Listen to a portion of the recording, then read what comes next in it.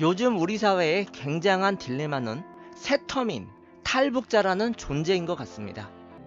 우리 대한민국의 국민이면서도 어찌 보면 이방인에 가까운 탈북자, 세터민이 저지른 끔찍한 범죄 사건에 대해 알아보도록 하겠습니다. 그리고 이를 통해 인권에도 우선순위가 있다는 점을 말씀드리고 싶네요. 1990년 10월 20일 중부전선의 군사 분계선으로 북한군 중사 한 명이 귀순을 요청해 옵니다. 황해북도 신평군 출신의 신광호 중사는 북한군 제46사단 포병연대 소속의 포병 반장이었다고 합니다. 당시만 해도 귀순이 지금처럼 흔한 상황은 아니었기 때문에 그의 이름과 귀순 경위가 짤막하게 남아 신문에까지 소개될 정도였다고 하는데요. 실제 처우와 지원금 또한 지금과는 차원이 달랐다고 합니다. 그리고 군인 신분이었으니 그 대우가 어마어마했겠죠. 우리나라 정부는 당시로서는 엄청난 금액을 지원하며 이 신강호를 귀순용사로 대접하였는데요. 이런 지원과 환영에 힘입어 귀순 초기에는 그도 역시 그런대로 잘 적응해 나갔던 것으로 보입니다. 물론 결혼도 하고 아이도 낳고 말이죠. 그러나 평생 겪어보지 못한 처음 접하는 휘황찬란한 남조선의 밤문화에 흠뻑 빠졌던 거였을까요? 신광호는 점점 유흥에 빠져들며 가산을 탕진해 나갔다고 하는데요. 결국은 받았던 정착금을 유흥비로 모두 탕진한 후 생활고에 시달리기 시작했다고 합니다. 정부로부터 엄청난 금액을 지원받았고 실제 자신이 하고 싶은 장사도 해보는 등 누릴 것은 다 누렸다고 보여지는데 이 정도 상황까지 오게 된 것이면 문제가 있어도 보통이 아니었겠죠. 90년대에 꽤 돈벌이가 짭짤했던 비디오 가게도 운영했지만 정신이 딴 데 팔렸는데 운영이 잘 됐겠습니까? 결국은 경영난으로 문을 닫게 되었다고 합니다. 폐업 자체는 안타깝지만 그것 또한 자기 행동의 결과물이니 본인이 책임지는 것이 마땅한 것이겠죠. 또한 그가 범행을 벌이기 직전 다니던 직장에서 해고되었다고 하는데요. 결국 그에게 부족했던 것은 정부와 사회의 관심과 그 지원이 아니라 끈기와 성실함의 부족이었다는 생각이 듭니다.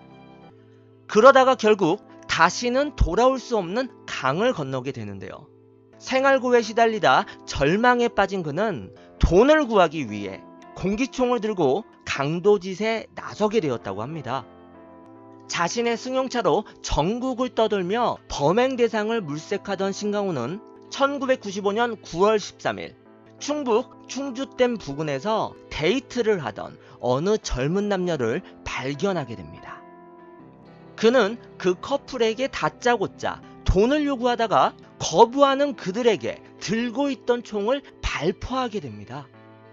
남성에게는 가슴과 머리, 그리고 당시 고등학생이었던 박모 양에게는 복부와 허리 부분에 마구 총을 쏴댔다고 합니다. 당시 신광호의 무자비한 총격에 의해 남성은 큰 장애를 입고 어렵게 살아가고 있다고 하며 고등학생이었던 여성은 하반신이 마비되었다고 합니다. 그리고 여기에서 주목해야 할 점은 신광호는 자신의 총에 맞아 피를 흘리는 그 여고생을 성폭행까지 했다는 사실인데요. 이는 그가 타인의 감정에 대한 공감 능력이 현저히 떨어지는 그 사이코패스가 아닌가 하는 의심을 갖게 하는 부분입니다. 총에 맞은 피해자를 성폭행한 신광호는 고통에 울부짖는 그들을 버려둔 채 도주에 이르게 됩니다. 하지만 총을 사용한 범죄의 특이점 때문에 그는 결국 검거되었고 이 사건으로 인해 신광호는 살인미수죄가 적용되었지만 달랑 징역 10년에 처해지게 됩니다. 이 엽기적인 사이코패스에게 고작 10년형이라니 판결이 너무 가볍다는 생각은 안 드시나요?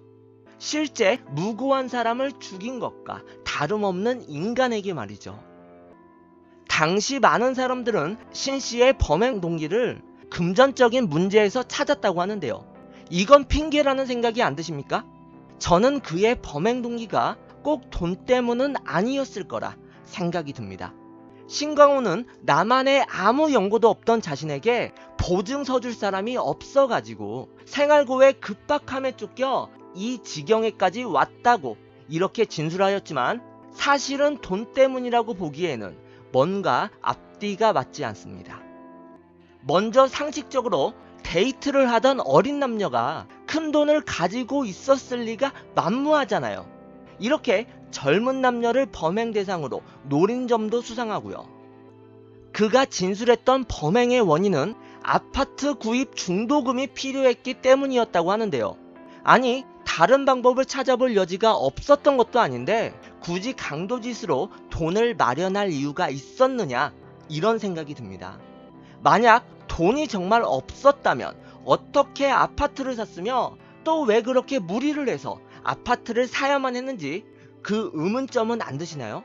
그리고 정상적인 사람이면 차라리 아파트를 구입하지 말지 이런 끔찍한 범행을 저지르진 않잖아요. 결정적으로 신강호가 그 부상당한 여고생을 성폭행했다는 점을 보아서도 경제적 문제라는 것은 명분과 핑계에 불과할 뿐 실제 범행 동기는 나만의 사람들은 나와는 다른 분류다, 이렇게 선을 그은 그의 인성적인 문제 때문이라는 그 추측이 들 수밖에 없습니다. 귀순자가 사회에 적응을 못했다는 그 면죄부로 징역 10년만을 선고한 것은 큰 문제였고 또한 실수였다고 생각이 듭니다. 왜냐하면 그는 더욱 무시무시한 악마가 되어 세상에 나오게 되었으니까요. 여러분들, 그의 범행은 이것으로 끝이 아니었습니다. 그렇게 끔찍하고 엽기적인 범행을 저질러 교도소에 수감되었던 신강호는 10년이 지난 2005년 9월 17일 군산 교도소를 출소하게 되는데요. 이것은 또 다른 끔찍한 살인의 시발점이 되었습니다. 출소 후 아내를 찾아간 신강호는 그녀로부터 매몰찬 냉대의 말을 듣고 그대로 돌아서야만 했는데요. 자업자득이죠.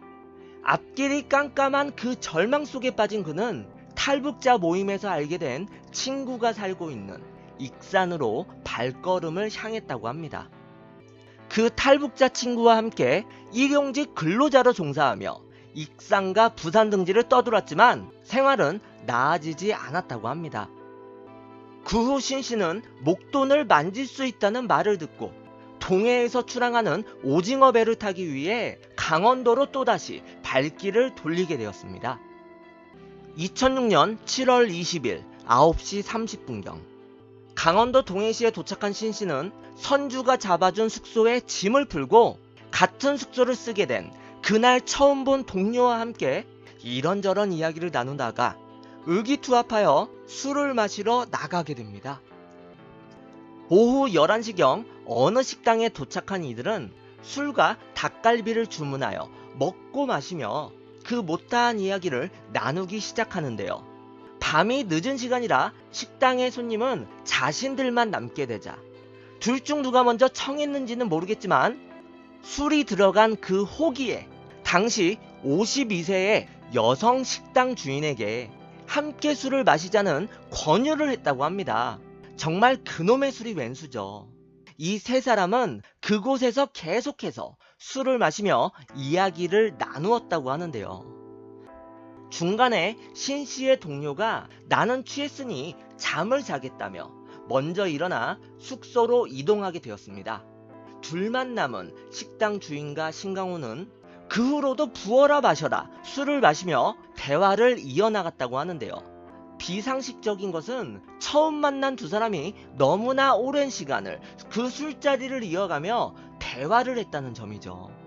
물론 이것은 신씨가 사건 발생 후에 증언한 진술로서 이것이 실제 100% 팩트라고 보는 것은 다소 무리가 있을 것 같기도 합니다. 아무튼 신씨의 주장에 따르면 둘은 새벽 4시까지 함께 술을 마셨다고 하는데요. 신강호의 말에 의하면 어느 순간 갑자기 식당 주인이 자신에게 다짜고짜 욕을 했다고 합니다. 신씨는 술자리 초반부터 자꾸 그 피해자가 고향을 물어봐서 기분이 상한 상태였다고 하는데요. 그의 말대로라면 식당 주인은 고향이 화천이라는 이 신씨에게 계속해서 집요하게 실제 고향을 물어봤다고 하네요.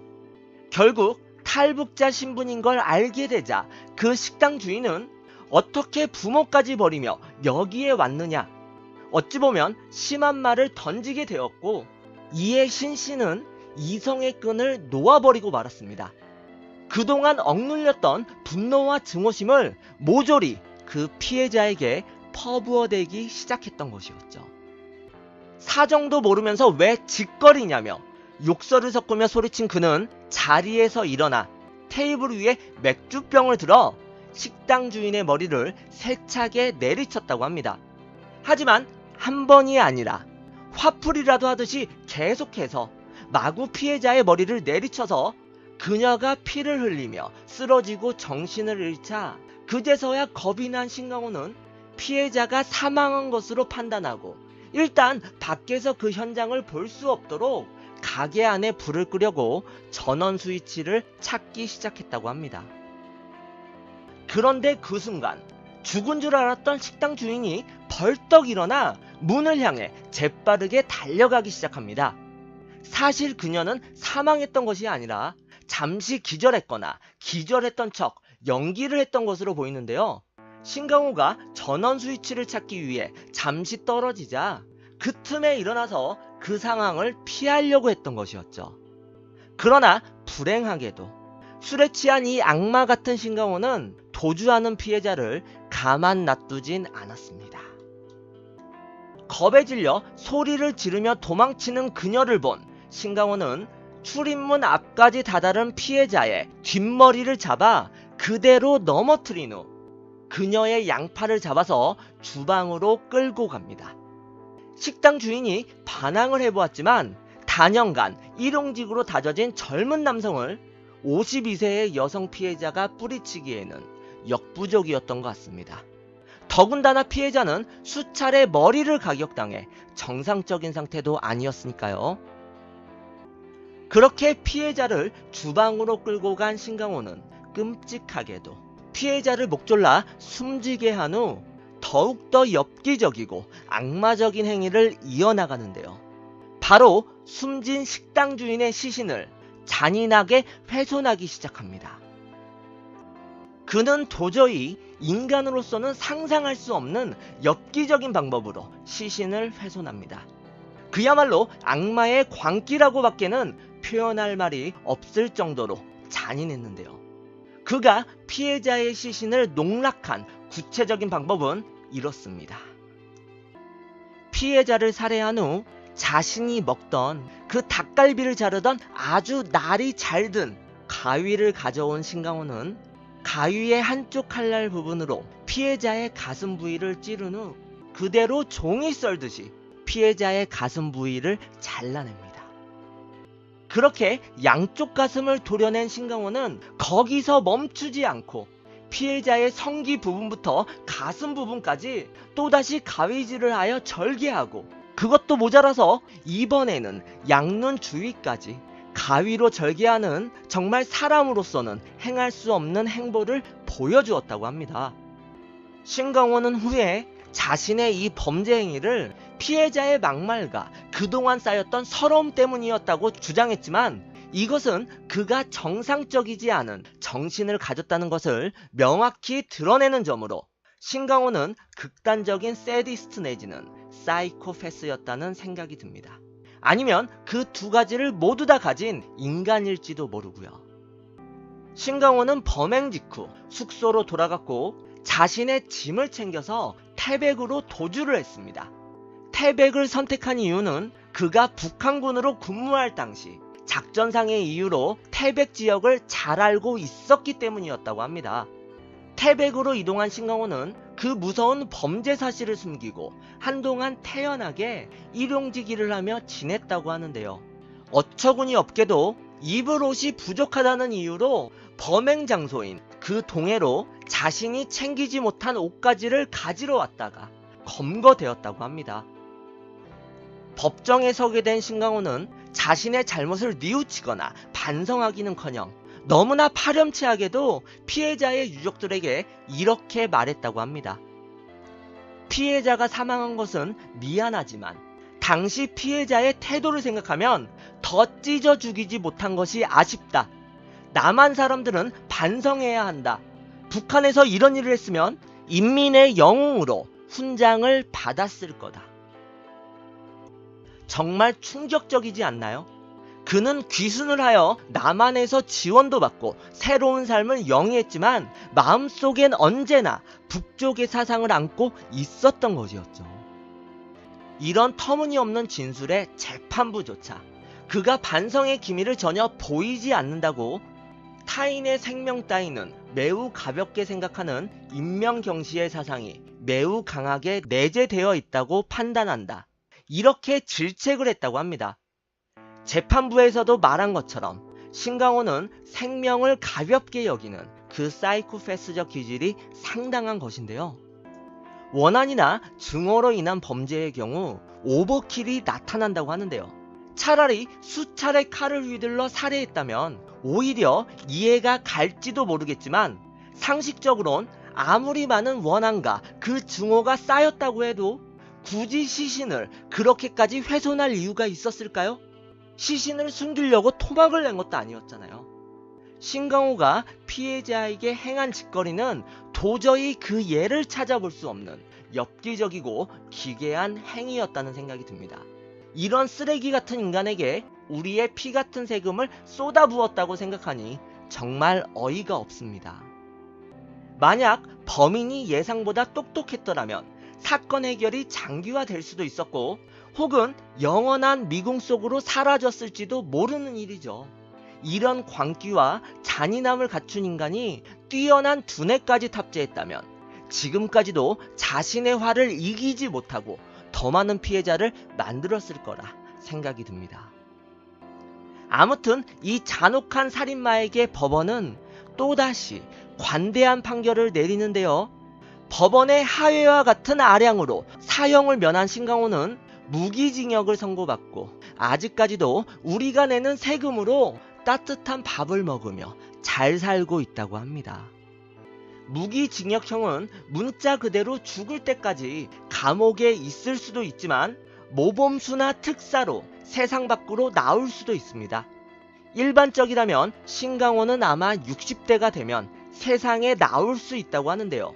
과연 60대라는 나이가 그의 살인 충동을 제어할 수 있는 걸림돌이 될 수 있을까요? 모든 탈북자나 난민이 무조건 신강호 같은 사람은 분명 아닙니다. 또한 인도주의적 관점에서 생각해보면 그들을 무조건 받아들이는 게 그 맞다는 의견도 수긍은 갑니다. 그러나 그것으로 전체의 인권이 흔들릴 수 있다면 그로 인해 선량한 국민들이 고통받고 위험에 빠질 가능성이 조금이라도 있다면 그것을 어떻게 해서든 막아야 한다는 생각은 안 드시나요?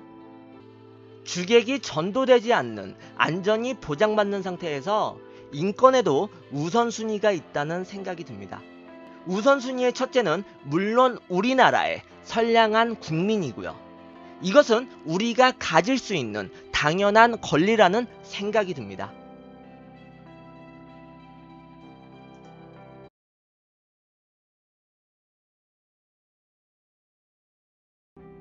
요즘 우리 사회의 굉장한 딜레마는 새터민, 탈북자라는 존재인 것 같습니다.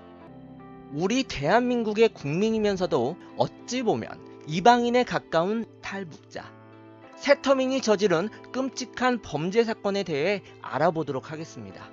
그리고 이를 통해 인권에도 우선순위가 있다는 점을 말씀드리고 싶네요. 1990년 10월 20일 중부전선의 군사 분계선으로 북한군 중사 한 명이 귀순을 요청해 옵니다. 황해북도 신평군 출신의 신광호 중사는 북한군 제46사단 포병연대 소속의 포병 반장이었다고 합니다. 당시만 해도 귀순이 지금처럼 흔한 상황은 아니었기 때문에 그의 이름과 귀순 경위가 짤막하게 남아 신문에까지 소개될 정도였다고 하는데요. 실제 처우와 지원금 또한 지금과는 차원이 달랐다고 합니다. 그리고 군인 신분이었으니 그 대우가 어마어마했겠죠. 우리나라 정부는 당시로서는 엄청난 금액을 지원하며 이 신강호를 귀순용사로 대접하였는데요. 이런 지원과 환영에 힘입어 귀순 초기에는 그도 역시 그런대로 잘 적응해 나갔던 것으로 보입니다. 물론 결혼도 하고 아이도 낳고 말이죠. 그러나 평생 겪어보지 못한 처음 접하는 휘황찬란한 남조선의 밤문화에 흠뻑 빠졌던 거였을까요? 신강호는 점점 유흥에 빠져들며 가산을 탕진해 나갔다고 하는데요. 결국은 받았던 정착금을 유흥비로 모두 탕진한 후 생활고에 시달리기 시작했다고 합니다. 정부로부터 엄청난 금액을 지원받았고 실제 자신이 하고 싶은 장사도 해보는 등 누릴 것은 다 누렸다고 보여지는데, 이 정도 상황까지 오게 된 것이면 문제가 있어도 보통이 아니었겠죠. 90년대에 꽤 돈벌이가 짭짤했던 비디오 가게도 운영했지만 정신이 딴 데 팔렸는데 운영이 잘 됐겠습니까? 결국은 경영난으로 문을 닫게 되었다고 합니다. 폐업 자체는 안타깝지만 그것 또한 자기 행동의 결과물이니 본인이 책임지는 것이 마땅한 것이겠죠. 또한 그가 범행을 벌이기 직전 다니던 직장에서 해고되었다고 하는데요. 결국 그에게 부족했던 것은 정부와 사회의 관심과 그 지원이 아니라 끈기와 성실함의 부족이었다는 생각이 듭니다. 그러다가 결국 다시는 돌아올 수 없는 강을 건너게 되는데요.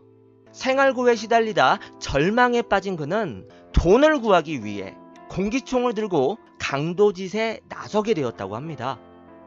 자신의 승용차로 전국을 떠돌며 범행대사다는 점을 보아서도 경제적 문제라는 것은 명분과 핑계에 불과할 뿐 실제 범행 동기는 나만의 사람들은 나와는 다른 분류다, 이렇게 선을 그은 그의 인성적인 문제 때문이라는 그 추측이 들 수밖에 없습니다. 귀순자가 사회에 적응을 못했다는 그 면죄부로 징역 10년만을 선고한 것은 큰 문제였고 또한 실수였다고 생각이 듭니다. 왜냐하면 그는 더욱 무시무시한 악마가 되어 세상에 나오게 되었으니까요. 여러분들, 그의 범행은 이것으로 끝이 아니었습니다. 그렇게 끔찍하고 엽기적인 범행을 저질러 교도소에 수감되었던 신강호는 10년이 지난 2005년 9월 17일 군산교도소를 출소하게 되는데요. 이것은 또 다른 끔찍한 살인의 시발점이 되었습니다. 출소 후 아내를 찾아간 신강호는 그녀로부터 매몰찬 냉대의 말을 듣고 그대로 돌아서야만 했는데요. 자업자득이죠. 앞길이 깜깜한 그 절망 속에 빠진 그는 탈북자 모임에서 알게 된 친구가 살고 있는 익산으로 발걸음을 향했다고 합니다. 그 탈북자 친구와 함께 일용직 근로자로 종사하며 익산과 부산 등지를 떠돌았지만 생활은 나아지지 않았다고 합니다. 그 후 신씨는 목돈을 만질 수 있다는 말을 듣고 동해에서 출항하는 오징어 배를 타기 위해 강원도로 또다시 발길을 돌리게 되었습니다.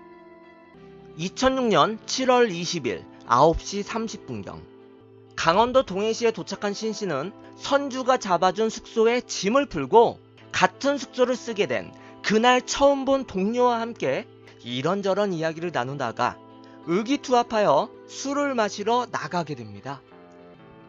오후 11시경 어느 식당에 도착한 이들은 술과 닭갈비를 주문하여 먹고 마시며 그 못다한 이야기를 나누기 시작하는데요.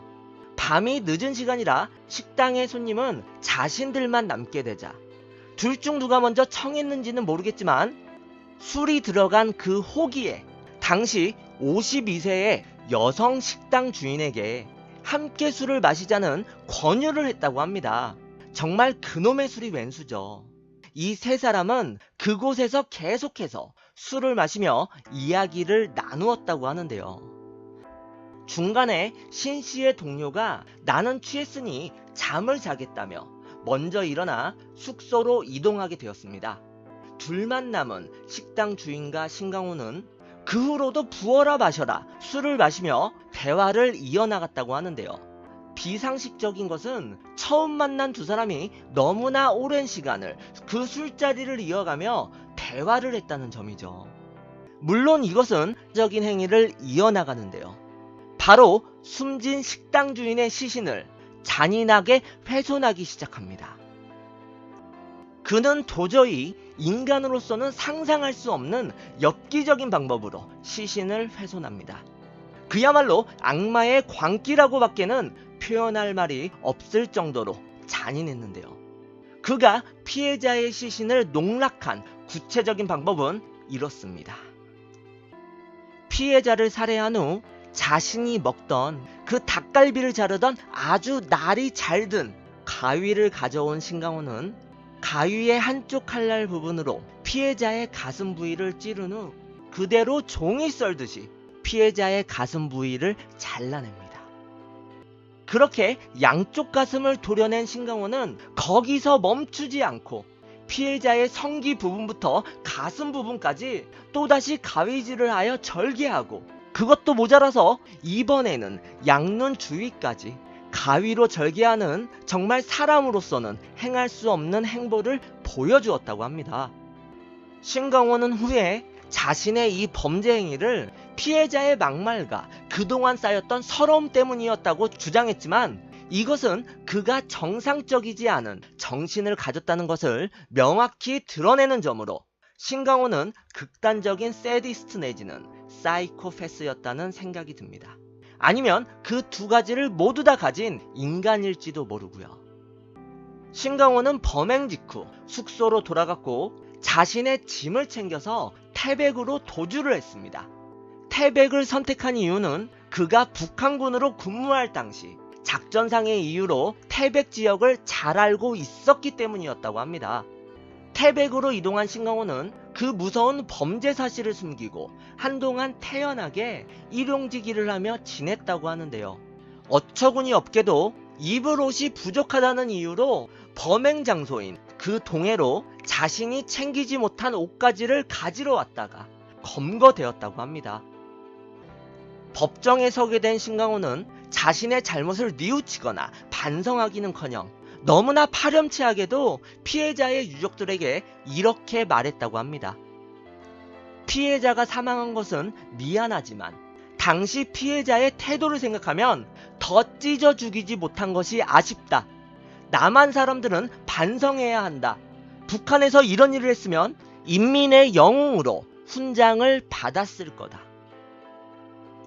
정말 충격적이지 않나요? 그는 귀순을 하여 남한에서 지원도 받고 새로운 삶을 영위했지만 마음속엔 언제나 북쪽의 사상을 안고 있었던 것이었죠. 이런 터무니없는 진술의 재판부조차 그가 반성의 기미를 전혀 보이지 않는다고 타인의 생명 따위는 매우 상을 물색하던 신강호는 1995년 9월 13일 충북 충주댐 부근에서 데이트를 하던 어느 젊은 남녀를 발견하게 됩니다. 그는 그 커플에게 다짜고짜 돈을 요구하다가 거부하는 그들에게 들고 있던 총을 발포하게 됩니다. 남성에게는 가슴과 머리, 그리고 당시 고등학생이었던 박모 양에게는 복부와 허리 부분에 마구 총을 쏴댔다고 합니다. 당시 신강호의 무자비한 총격에 의해 남성은 큰 장애를 입고 어렵게 살아가고 있다고 하며 고등학생이었던 여성은 하반신이 마비되었다고 합니다. 그리고 여기에서 주목해야 할 점은 신강호는 자신의 총에 맞아 피를 흘리는 그 여고생을 성폭행까지 했다는 사실인데요. 이는 그가 타인의 감정에 대한 공감 능력이 현저히 떨어지는 그 사이코패스가 아닌가 하는 의심을 갖게 하는 부분입니다. 총에 맞은 피해자를 성폭행한 신강호는 고통에 울부짖는 그들을 버려둔 채 도주에 이르게 됩니다. 하지만 총을 사용한 범죄의 특이점 때문에 그는 결국 검거되었고, 이 사건으로 인해 신강호는 살인미수죄가 적용되었지만 달랑 징역 10년에 처해지게 됩니다. 이 엽기적인 사이코패스에게 고작 10년형이라니 판결이 너무 가볍다는 생각은 안 드시나요? 실제 무고한 사람을 죽인 것과 다름없는 인간에게 말이죠.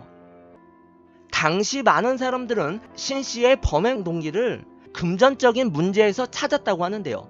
이건 핑계라는 생각이 안 드십니까?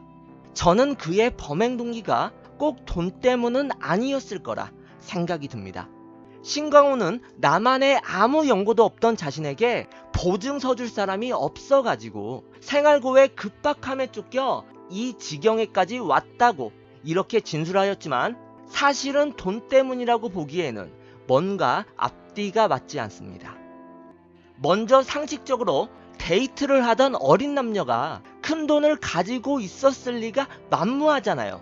이렇게 젊은 남녀를 범행 대상으로 노린 점도 수상하고요. 그가 진술했던 범행의 원인은 아파트 구입 중도금이 필요했기 때문이었다고 하는데요. 아니, 다른 방법을 찾아볼 여지가 없었던 것도 아닌데 굳이 강도짓으로 돈을 마련할 이유가 있었느냐, 이런 생각이 듭니다.